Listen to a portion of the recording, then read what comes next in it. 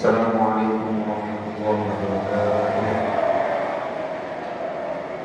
Bismillahirrahmanirrahim. Wassalatu wassalamu ala Rasulillah wa ala alihi wa sahbihi wa man tabi'ahum bi ihsan.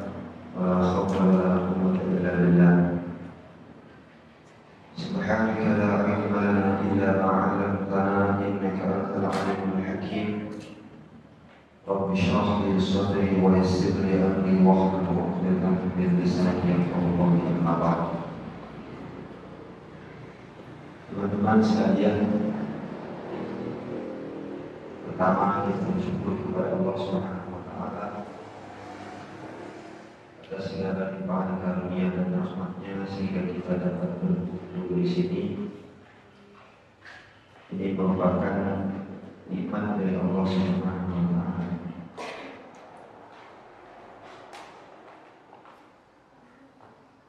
Mudah-mudahan ini menjadi amaliyah kita yang diterima oleh Allah Subhanahu wa taala. Amin ya rabbal alamin.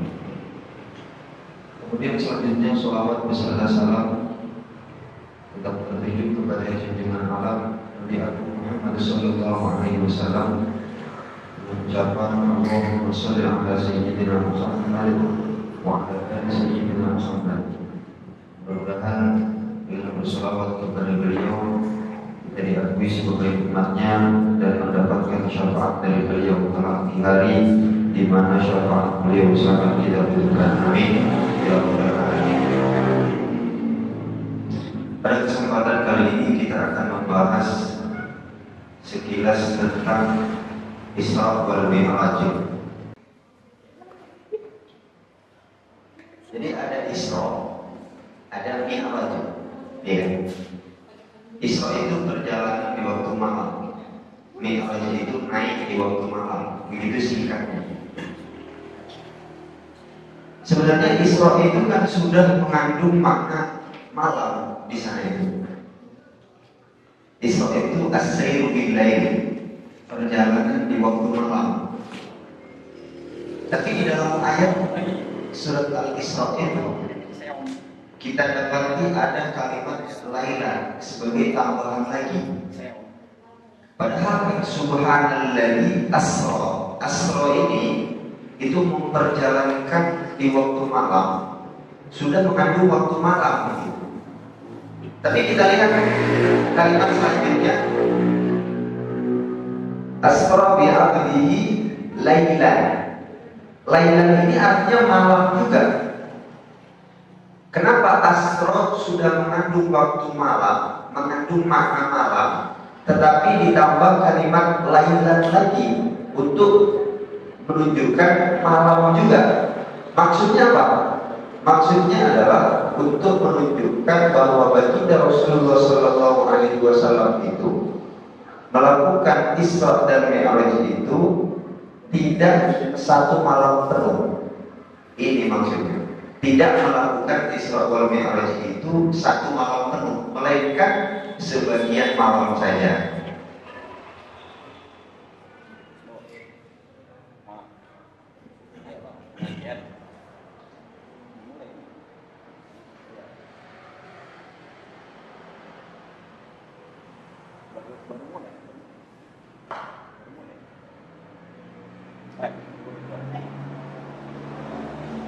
Berarti kalau sudah membahas Isra, sudah mendengarkan penjelasan tentang keajaiban-keajaiban yang dilihat oleh Nabi Shallallahu Alaihi Wasallam ketika Isra. Iya.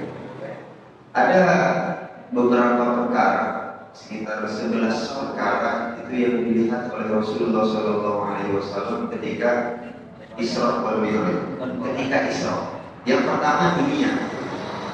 Dunia itu kata Syekh Nabil yang mengarang kitab Mujibul Muhtaj di Ma'rifatul Isra wal Mi'raj,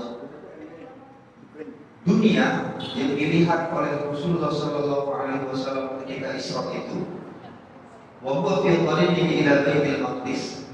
Sementara ketika itu Rasulullah Sallallahu Alaihi Wasallam dalam perjalanannya menuju Baitul Maqdis di Palestina. Ad-dunya bisuratin ajuz.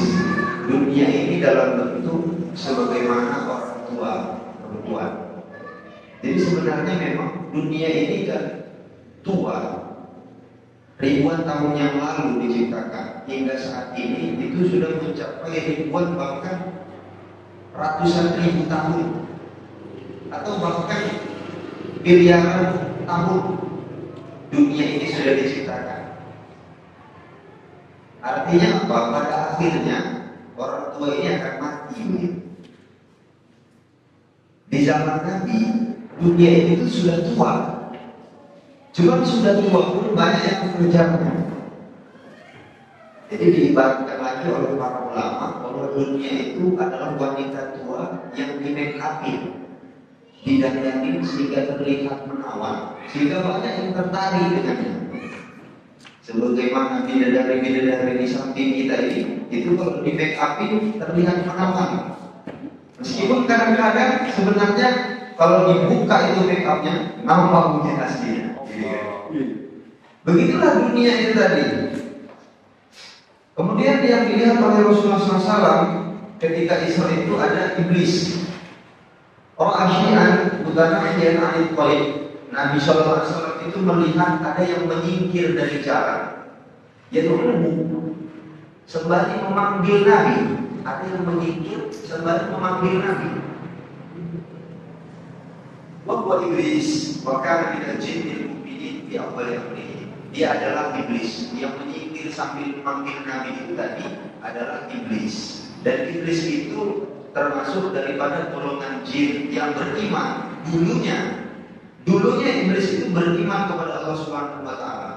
Tapi ketika diperintahkan oleh Allah Subhanahu wa taala untuk sujud kepada Nabi Adam, dia menolaknya sehingga dia fafasaqa an amri rabbih. Dia menolak perintah dari Allah Subhanahu wa taala, maka dia menjadi kafir.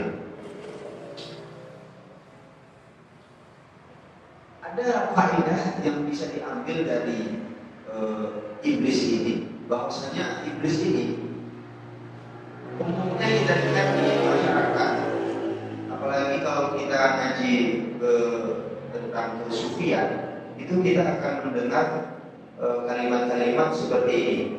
Iblis itu adalah pemimpinnya para malaikat, ya. Padahal sebenarnya kalimat ini wala yajuz, tidak boleh ayyuqallina iblis kana qawusul malaikat. Tidak boleh dikatakan iblis itu adalah pemimpinnya para malaikat. Kenapa? Kau adalah malaikat. Dia itu bukan malaikat. Iblis itu bukan malaikat. Maka tidak boleh dikatakan pemimpinnya para malaikat. Karena dia bukan malaikat. Wadalilu ala dzalika anna Allah Ta'ala qala illa iblis kana minal jin. Dalil yang menunjukkan bahwa jin atau iblis itu bukan malaikat adalah Al-Quran illa iblis kana minal jin. Ketika malaikat disuruh diperintahkan untuk sujud kepada Nabi Adam alaihissalam, semuanya sujud kecuali iblis. Lalu dijelaskan iblis itu kana minal jin. Iblis itu merupakan golongan dari jin.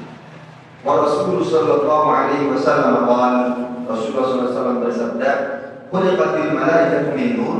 Malaikat itu diciptakan dari cahaya. Wa khuliqal jannu min marijin min nar. Sementara jin itu diciptakan dari api. Kemudian selanjutnya ada yang dilihat Nabi itu dalam perjalanannya adalah Masyitoh. Masyitoh ini tukang sisirnya anak Fir'aun. Masyitoh ini tukang sisirnya anak Fir'aun. Luar biasa ya orang dulu itu. Kalau jadi raja, tukang sisir aja punya. Untuk sisirnya aja pakai tukang sisir. Padahal bisa sisir sendiri, tapi pakai tukang sisir. Tukang sisir anaknya Fir'aun itu namanya Masyitoh. Kemudian diceritakan ketika Masyitoh itu sedang menyisir rambutnya anak Fir'aun alaihi. Kemudian jatuh sisir itu tadi. Jatuh sisir itu. Kemudian dia mengambil sisir itu dengan mengucapkan bismillah. Dia mengucapkan bismillah. Fasa'alat bintu Fir'aun laki rabbun ila ghairi abi. Anaknya Fir'aun itu bertanya, kamu ngomong apa tadi? Emang kamu punya Tuhan selain ayahku? Maka kata Masyidah, na'am rabbi wa rabbu abika Allah. Tuhanku dan Tuhan ayahmu adalah Allah. Wa akhbarat abaha wa qalaba minha akhruju an dainiha fa'abat hamalaha ma'an wa alqa fi auladaha thumma kallamaha tiflun laha qati'un qabla ayyamiyah. Ketika anaknya itu mengetahui bahwa ada Tuhan Masyidah selain daripada ayahnya, dia pun mengadukan kepada ayahnya Fir'aun. Lalu Fir'aun pun memanggil Masyidah ini, menyuruhnya untuk kembali kepada agamanya, yaitu menyembah daripada Fir'aun. Fir'aun ini kan mengaku Tuhan. Jadi Fir'aun panggil ini Masyidah, suruh dia kembali menyembah Fir'aun. Masyidah nggak mau. Masyidah nggak mau, sehingga dibuatlah satu wadah yang besar diisi dengan air dicampur dengan minyak, dibakar lalu mendidih. Setelah mendidih dicampakkanlah satu persatu anak Masyidah ke dalamnya. Maka mengelupaslah itu daging-daging yang ada di tulang anak-anak itu, sehingga mereka pun syahid, mati syahid. Coba bayangkan, ini perjuangan mempertahankan tauhid, mempertahankan keyakinan kepada Allah Subhanahu wa taala meskipun mati. Kalau sekarang mungkin kalau iman kita lemah, dalam keadaan kita nggak makan, dalam keadaan kita susah ekonomi, dalam keadaan payah hidup, datang orang yang menawarkan bantuan sama kita, terus kita disuruh keluar dari agama kita, mungkin kalau iman kita lemah, kita mau aja daripada mati. Tapi tidak dengan Masyidah radhiyallahu anha. Meskipun anaknya dicampakkan ke dalam wadah yang berisikan air mendidih dicampur dengan minyak, biarlah anaknya itu mati. Tapi di sanalah dia mendapatkan pertolongan Allah, mendapatkan keajaiban dari Allah. Apa itu? Anaknya yang masih dalam gendongan, yang masih menyusu ketika itu. Tapi dalam hal tiflun, dia mengatakan anaknya yang kecil itu tadi, tifl ini, lahawadiyun, yang masih disusui oleh Masyidah, qabla ayyamiyah, sebelum dicampakkan ke dalam wadah yang berisikan air mendidih dan dicampur dengan minyak tadi. Apa katanya? Ya ummah, wahai ibuku, asbiri fa inna adzabal akhirah asyaddu min adzabil dunya. Sabarlah wahai ibu, sesungguhnya azab akhirat itu lebih pedih daripada azab dunia. Fala tataqa'asi fa innaki 'ala haqq. Maka jangan takut dan gentar, sesungguhnya engkau berada dalam kebenaran.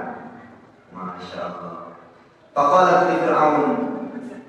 Kemudian dia pun meminta kepada Fir'aun. Masyidah ini meminta kepada Fir'aun supaya li'indaka talabun, aku mempunyai permintaan, tajma'al idhama wa tadfinaha. Faqala laki dzalik fa'alqaha fihi. Dia meminta kepada Fir'aun untuk nanti tulang belulangnya itu dikumpulkan lalu dikuburkan. Kata Fir'aun, oke, nggak apa-apa, nanti dikuburkan. Setelah itu dia pun dilemparkan ke dalam itu, fa'alqaha fihi wa qad ma'atat syahidan dia wa auladahu. Maka dia pun meninggal mati syahid bersama anak-anaknya. Inilah Masyidah diperlihatkan oleh Rasulullah SAW ketika Isra. Ada juga yang diperlihatkan oleh Rasulullah ketika Isra itu al-mujahiduna fi sabilillah. Qauman yazra'una wa yasuduna fi yawmain. Nabi SAW itu melihat ada satu kaum yang mereka menanam satu hari, kemudian di hari berikutnya langsung memanen. Maka adalah Jibril. Kemudian malaikat Nabi SAW bertanya kepada Jibril, siapa itu? Kemudian Jibril mengatakan, "Kaulah itu dari bisa bilang mereka adalah orang-orang yang berjihad di jalan Allah Subhanahu wa taala."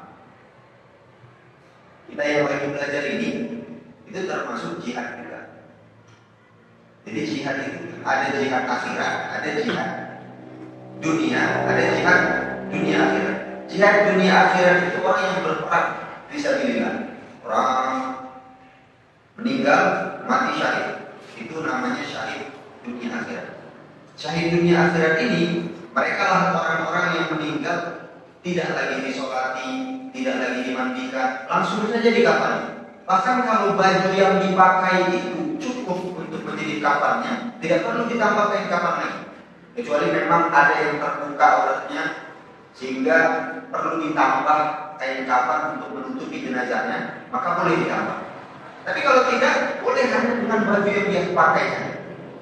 Meskipun pakaian itu tadi berhubungan dengan itu akan menjadi saksi kelak bersama Allah Subhanahu wa taala bahwa dia telah berjuang di jalan Allah Subhanahu wa taala. Itu syahid akhirat. Beda kalau syahid karena belajar, hadir di pengajian BBH, ternyata alhamdulillah di jalan ada terjadi suatu bencana, kemudian dia meninggal dunia dalam perjalanan itu. Dia orang yang syahid juga, cuman tetap dimandikan, tetap disolatkan. Karena apa? Meskipun dia syahid, syahid itu syahid akhirat. Syahid akhirat. Ada syahid dunia. Syahid dunia. Syahid dunia itu orang yang meninggal karena sakit perut. Ini syahid juga. Orang meninggal sakit perut itu syahid juga. Ada syahid dunia juga. Ibu yang melahirkan anaknya. Ibu yang melahirkan anaknya, kemudian dia meninggal dunia karena saking sakitnya melahirkan seorang anak itu, maka dia pun juga termasuk mati syahid. Mati syahid tapi tidak tetap disolatkan dan tetap dimandikan. Syahid dunia. Kemudian di dalam perjalanan Isra-nya Nabi Shallallahu Alaihi Wasallam juga dia melihat khutbah fitnah. Ini yang kena para penceramah. Khutbah fitnah. Jadi mereka itu menyampaikan perkara-perkara yang mereka tidak mengamalkan. Ini kena sendiri.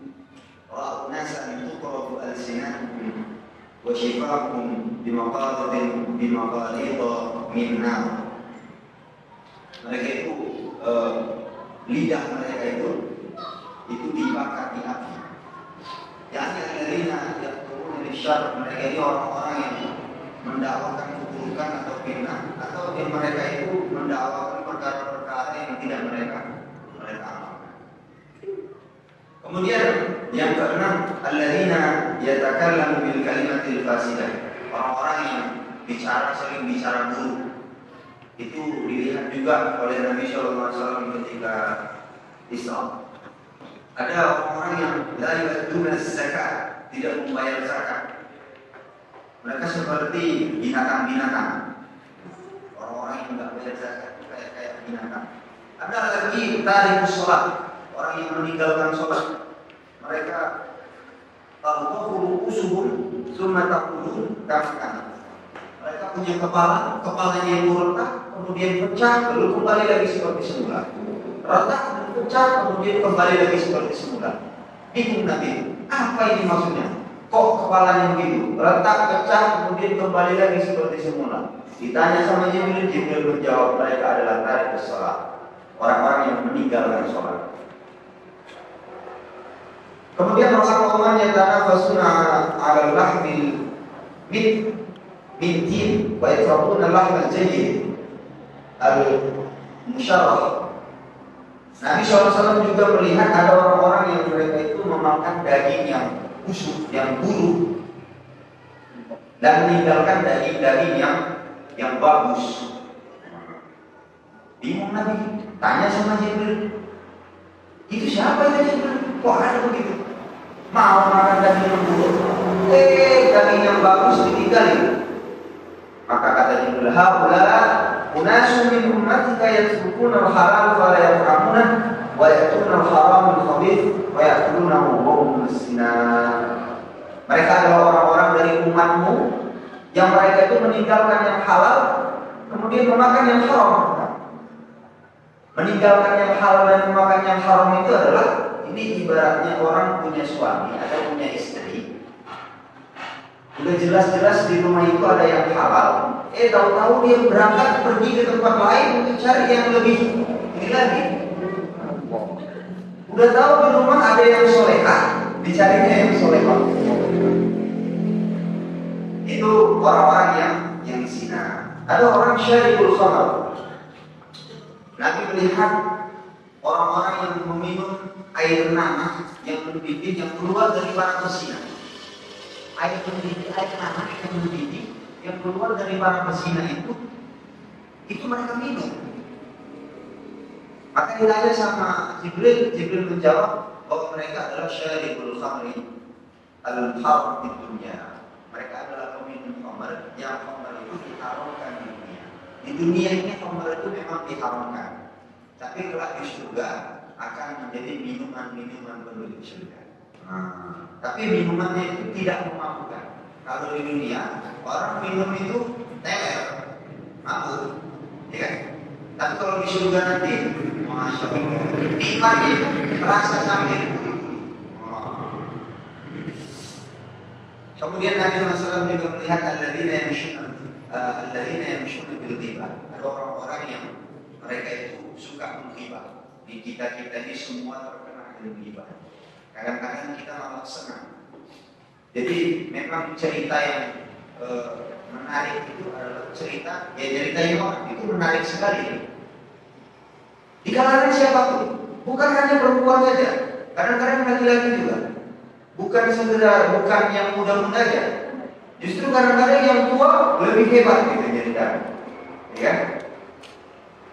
Apa gambaran orang yang berghibah ini yang dilihat oleh Rasulullah SAW ketika Isra? Mereka adalah orang-orang yang yahmishuna wujuhahum wa sudurahum bil atwar muhasiyah. Mereka orang-orang yang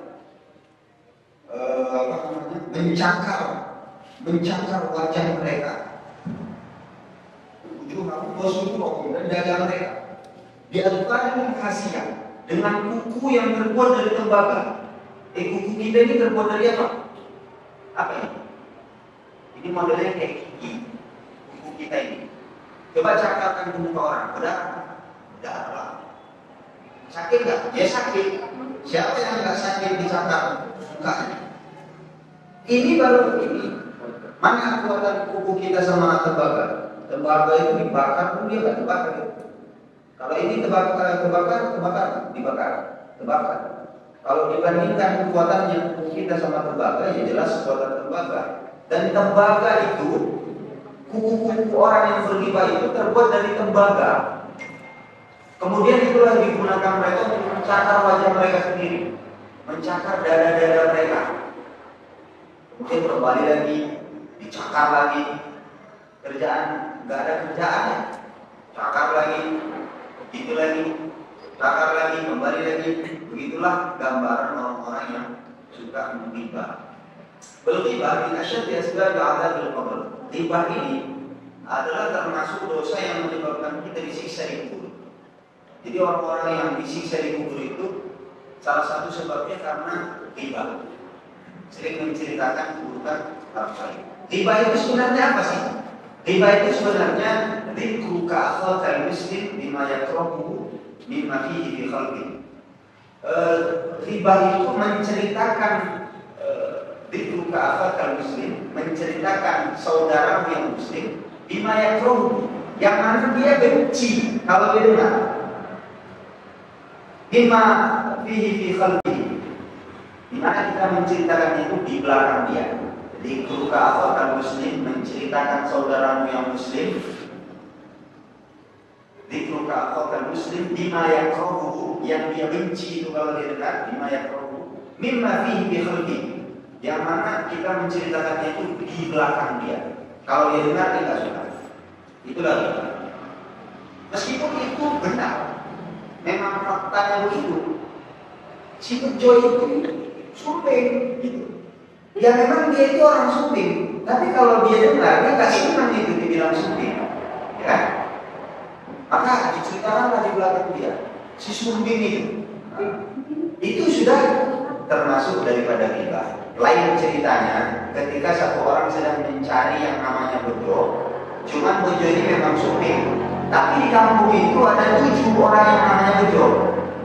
Bejo, aku mau cari rumah Bejo. Bejo yang mana? Bejo yang sudi. Itu nggak berdosa. Kenapa? Karena sedang mencari orang. Ada beberapa perkara yang kita diperbolehkan untuk riba itu ada di dalam kitab apa namanya? Saya bawa kitab 3. Satu kitab Nihayatul Zain, di dalam kitab Nihayatul Zain atau di dalam kitab Al-Adhkar juga ada. Itu pembahasan tentang bolehnya kita riba.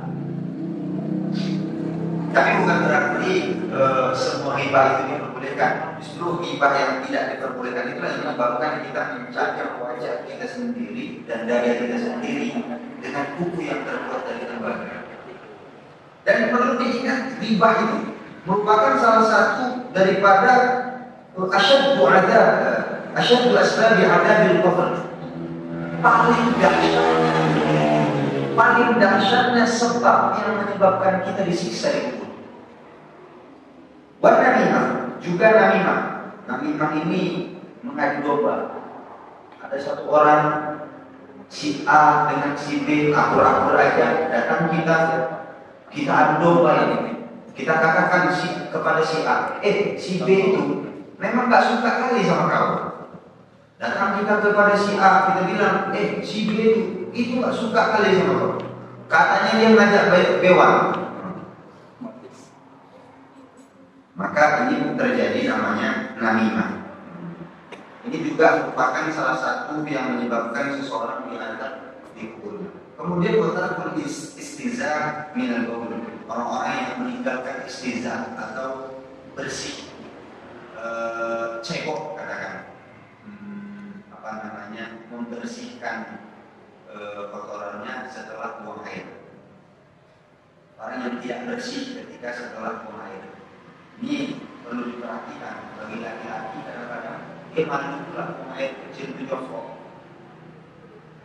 Ya kan, malu di buang air kecil itu jongkok. Jadi berdiri aja langsung ditembakan. Gitu. Ya kan? Ini kemudian ceboknya itu nggak bersih. Masih ada yang tersisa meskipun dia basuh atau setelah dia basuh bersih nggak ada sisa, tapi percikan-percikan yang dia buang tadi itu terkena ke celananya sehingga celananya masih kotor. Kemudian celana itu juga yang masih dibawa sholatnya jadi tidak sah. Ini yang menyebabkan seseorang itu disiksa di kubur. Maka nggak usah malu kita harus jongkok, ya kan? Tadi Rasulullah SAW ketika melaksanakan Isra. Kemudian Nabi SAW juga Mi'raj. Mi'raj ini naik. Kalau Isra itu jalan minal Masjidil Haram ila Masjidil Aqsa, dari Masjidil Haram Makkah sampai ke Masjidil Aqsa Palestina. Kalau Mi'raj itu Nabi SAW dari Baitul Maqdis Palestina juga itu naik ke atas sampai ke Sidratul Muntaha. Di dalam Al-Quran diceritakan walaqad ra'ahu nazlatan ukhra 'inda Sidratil Muntaha 'inda Jannatul Ma'wa. Nabi SAW itu melihat malaikat Jibril itu di waktu yang lain dalam bentuk yang aslinya.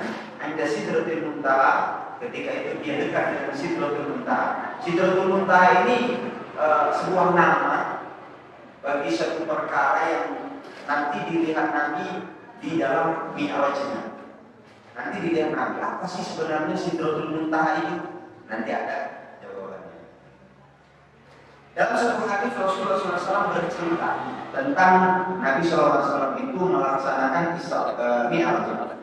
Tum'araja bina ila sama, fastaftaha Jibril faqil man anta? Qala Jibril, qil wa man ma'aka? Qala Muhammad.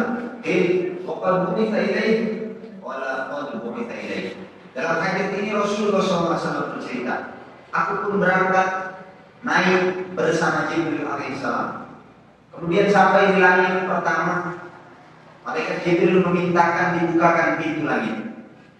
Kemudian terdengarlah ada yang bertanya, "Man anta? Siapa kamu?"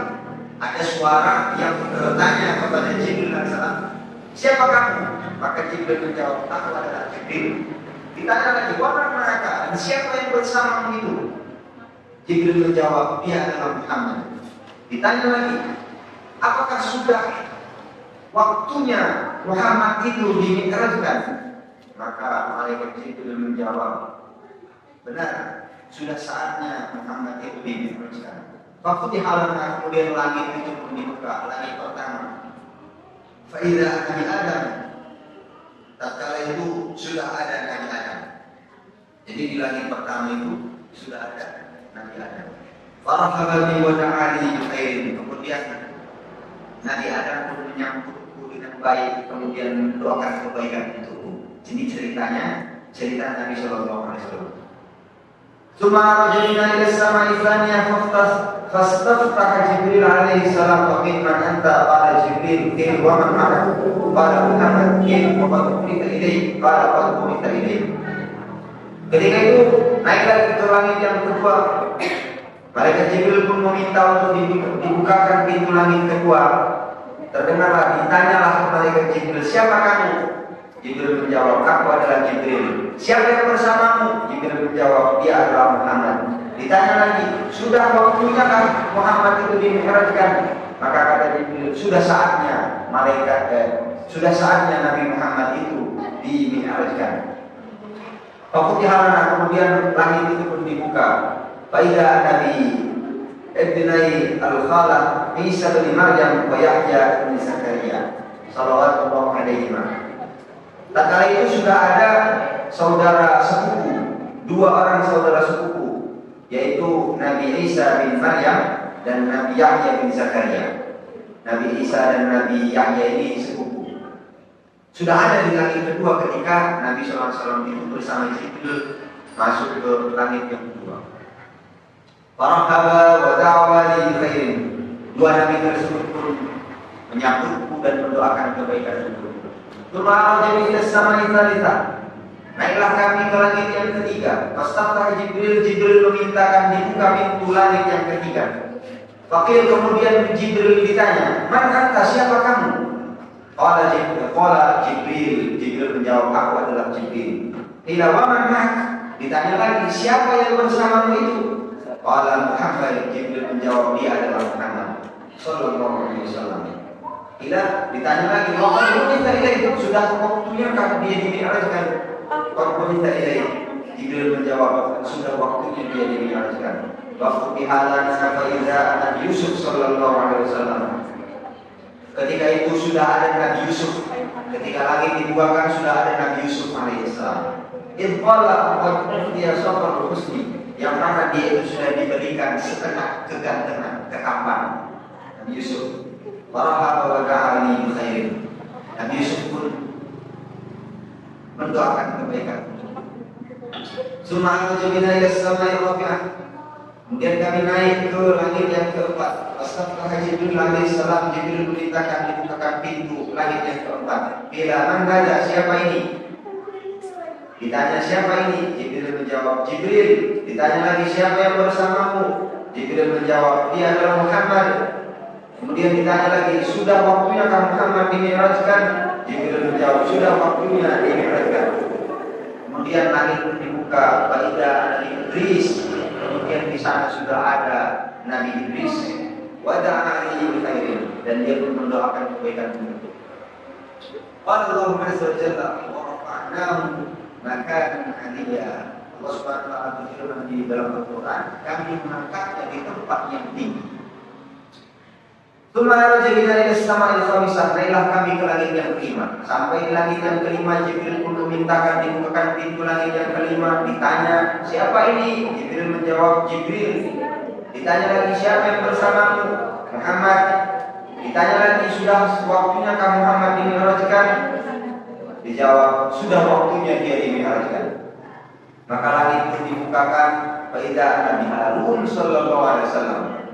Sudah ada di sana itu Nabi Harun sallallahu alaihi wasallam. Warahaba wa da'a li khairin.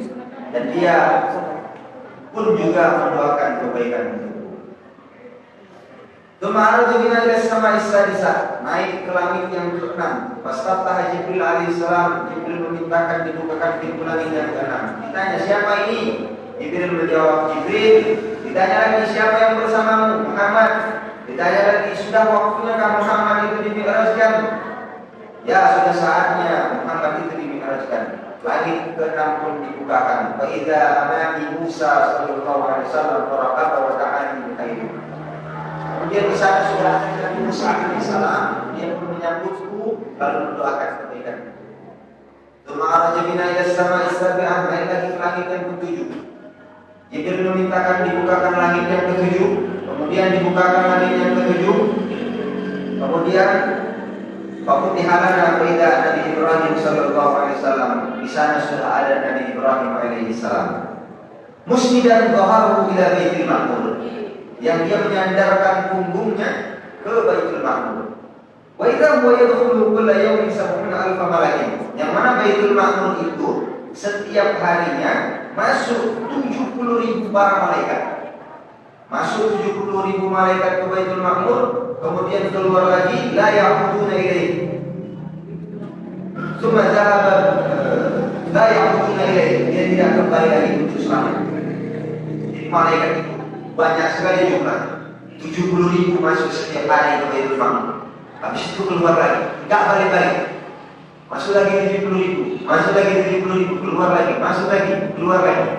Apa itu para malaikat? Kemudian summa dhahaba ila sidratil muntaha. Malaikat Nabi Muhammad SAW naik ke sidratul muntaha. Wa idza waqafa ka'adzanil fi'al. Sidratul muntaha itu sebuah pohon. Sidratul muntaha itu sebuah pohon yang mana daun-daunnya itu seperti kuping-kuping gajah. Daunnya itu seperti kuping-kuping gajah. Wa idza thamaruha kal hilal. Dan buah-buahnya itu seperti hilal, gentong, besar-besar. Nanti diceritakan lebih detail lagi bagaimana itu sidratul muntaha. Qala ma masyi'a min amrillah ma masyi'a taghayyara fa ma ahad min khalqillah yastati'u yad'aka min husniha. Kemudian Rasulullah SAW keliling di sana dan tidak ada yang bisa menikmati keindahan sidratul muntaha itu tadi. Karena saking indahnya, karena saking luar biasanya sidratul muntaha. Fa'auha Allah ilayya ma auha fa farada alayya 50 salatan. Nah, di sanalah itu Nabi SAW mendapatkan wahyu bahwasanya Nabi SAW diperintahkan untuk sholat 50 waktu.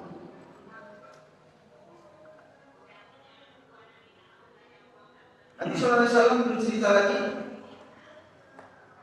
bahwasanya ketika Rasulullah SAW itu mendapatkan perintah sholat 50 waktu dalam sehari semalam, Nabi SAW turun berjumpa dengan Nabi Musa alaihissalam, turun ke langit yang ke-6. Sampai di langit yang ke-6 jumpa dengan Nabi Musa alaihissalam, maka Nabi Musa alaihissalam mengatakan irji' ila rabbik. Dia bertanya kepada Nabi SAW, apa yang diwajibkan Allah kepada umat? Nabi Musa bertanya kepada Nabi Muhammad, apa yang diwajibkan Allah kepada umat?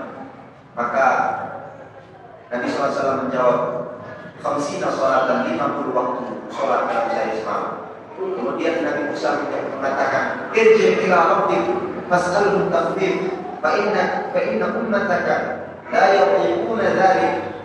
Kembalilah engkau kepada Tuhanmu, maksudnya ke tempat di mana engkau mendapatkan wahyu tadi. Fas'alhu takhfif, mintalah keringanan kepada Allah Subhanahu wa taala. Fa inna ummataka la yutiqun dzalik. Sesungguhnya umat itu gak akan mampu melaksanakan 50 waktu sholat itu. Ya memang terbukti. Jangankan 50 waktu, ya kan? 5 waktu aja. Sering yang bilang, aku sholat masih bolong-bolong.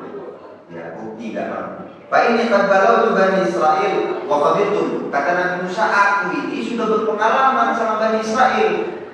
Umat itu gak akan mampu. Ibaratnya kalau bahasa kita, umat itu Bani Israel itu lebih kuat daripada umatmu. Karena umat Nabi Musa itu umurnya panjang-panjang, badan besar-besar. Kita itu umurnya pendek-pendek, badannya kecil-kecil. Udah gitu menti kembali. Ya kan? Maka kata Nabi Musa, gak akan sanggup itu umat. Maka Nabi Shallallahu Alaihi Wasallam pun faraja'tu ila Rabbi, aku pun kembali ke tempat di mana aku mendapatkan wahyu dari Allah Subhanahu Wa Taala. Ya Rabbi, khaffif ala ummati, aku pun mengatakan ya Rabbi, ya Tuhanku, ringankanlah untuk umatku salat 50 waktu itu. Maka fa'atahani khamsan, Allah Subhanahu Wa Taala pun meringankan sholat yang 50 waktu tadi menjadi 5 waktu saja. Kemudian aku kembali kepada Nabi Musa.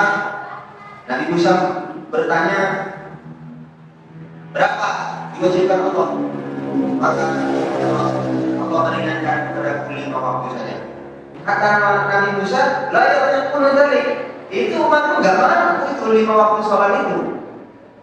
Maka Nabi SAW pun kembali dari tempat dia di langit ke-6 bersama Nabi Musa ke tempat dia bermunajat kepada Allah, tempat dia mendapatkan wahyu. Mundar mandir, kemudian enggak merasa malu. Pada akhirnya qad raja'tu ila rabbi hatta istahyaita minhu. Pada akhirnya Nabi SAW itu mengatakan kepada Nabi Musa, aku malu untuk meminta keringanan lagi. Karena 5 waktu sholat itu dalam hadis tadi, 5 waktu sholat itu satu sholat dilipat gandakan menjadi 10. Sehingga satu itu sama seperti 10. 5 waktu sama seperti 50. Di dalam hadis itu bahwa orang yang berbuat kebaikan akan dicatat baginya, barang siapa yang mempunyai azam untuk melaksanakan kebaikan akan dicatat baginya 1 kebaikan. Ketika dia melakukannya dapat 10 kebaikan. Sebaliknya ketika dia berniat untuk berbuat buruk belum dicatat, tapi ketika dia berbuat buruk dicatat 1 kebaikan saja. Ini keuntungan menjadi umat akhir zaman. Dan ini merupakan dalil bahwasanya para nabi alaihi wassalam bisa memberikan manfaat bagi orang yang hidup. Khususnya kepada Nabi Musa alaihissalam tadi, bahwa Nabi Musa alaihissalam itu sudah meninggal ribuan tahun yang lalu, tapi bisa memberikan manfaat bagi umat akhir zaman seluruhnya. Yang awalnya 50 waktu menjadi 5 waktu. Sebab siapa? Sebab Nabi Musa alaihissalam. Mudah-mudahan kajian yang singkat ini memberikan manfaat bagi kita semua, khususnya pada diri kita sendiri, dan kita bisa diberikan kekuatan oleh Allah Subhanahu Wa Taala untuk menjauhi hal-hal yang dilarang oleh Allah, dan diberikan kekuatan untuk menjalankan apa saja yang diperintahkan oleh Allah Subhanahu Wa Taala. Amin ya rabbal alamin.